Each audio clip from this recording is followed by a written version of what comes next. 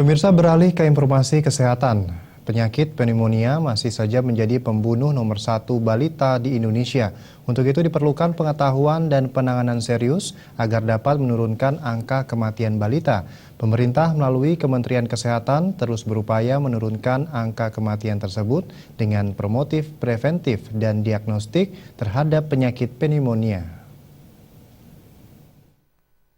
Angka ini, ya sekarang saya sudah menemukan bahwa yang dilaporkan pada tahun 2014, 5,9 juta balita meninggal dunia dan 16% atau sebanyak 944.000 balita meninggal dikarenakan terkena pneumonia.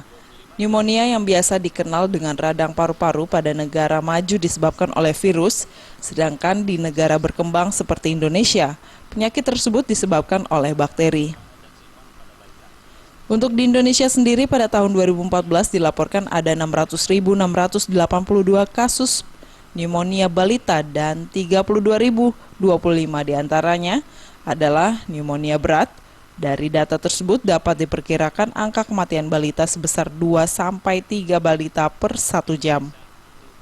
Dengan begitu Indonesia pun berada di urutan ke-10 dunia dalam penderita pneumonia. Oleh sebab itu, perlu adanya pengetahuan dan kepedulian terhadap penyebaran ataupun antisipasi terhadap penyakit tersebut. Menurut Dr. Nastiti Kaswandani, spesialis anak dari Ikatan Dokter Anak Indonesia, bahwa orang tua harus dapat mengetahui ciri-ciri bayinya yang terkena pneumonia. Gejala khasnya meliputi batuk, nyeri dada, demam, dan kesulitan bernapas. Di mana dari mengetahui gejala tersebut, maka orang tua dapat segera memberikan pengobatan sedini untuk mencegah meninggalnya bayi. Untuk mendeteksi dini, jadi demam batuk pilek, kemudian ada napas cepat, kemudian ada tarikan dinding dada bagian bawah. Kalau itu dibiarkan dan itu berlangsung terus, maka nanti akan timbul pneumonia berat. Apa gejala pneumonia berat? Yang pertama, anaknya terjadi penurunan kesadaran, kemudian bibirnya bisa membiru tadi, kemudian bisa terjadi kejang. Kemudian anak tidak bisa minum atau anak sampai muntah-muntah. Pada intinya itu adalah sudah mengarah ke berat. Sedangkan dari sisi pemerintah, menurut Direktur Pengendalian Penyakit Menular Langsung Dr. Sigit Prihutomo, pemerintah akan membuat pedoman-pedoman terkait pengenalan penyakit tersebut.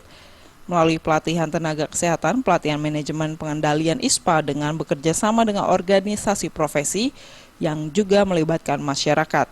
Dengan upaya tersebut diharapkan dapat menurunkan penderita pneumonia dengan target pada tahun 2025 sebanyak 75% atau menjadi 3 balita meninggal per 1.000 balita. Yang sudah dilakukan oleh Kementerian Kesehatan, kita buat pedoman bagaimana standar untuk melakukan pelayanan untuk pneumonia, baik itu di puskesmas, di rumah sakit, bahkan di rumah tangga, gitu ya. Artinya itu harus segera bisa dilakukan oleh seperti tadi Ibu Iis itu, kalau dari rumah itu sudah bisa mendeteksi ini, dia akan cepat, ya seperti yang dilakukan oleh Bu Iis dan kemudian membawanya ke rumah sakit. Kemudian juga tenaga-tenaga kesehatan umumnya di setiap puskesmas itu sudah kita siapkan tenaga-tenaga yang tahu untuk bagaimana tata laksana itu dan menyebarluaskannya kepada ibu-ibu rumah tangga dan sebagainya.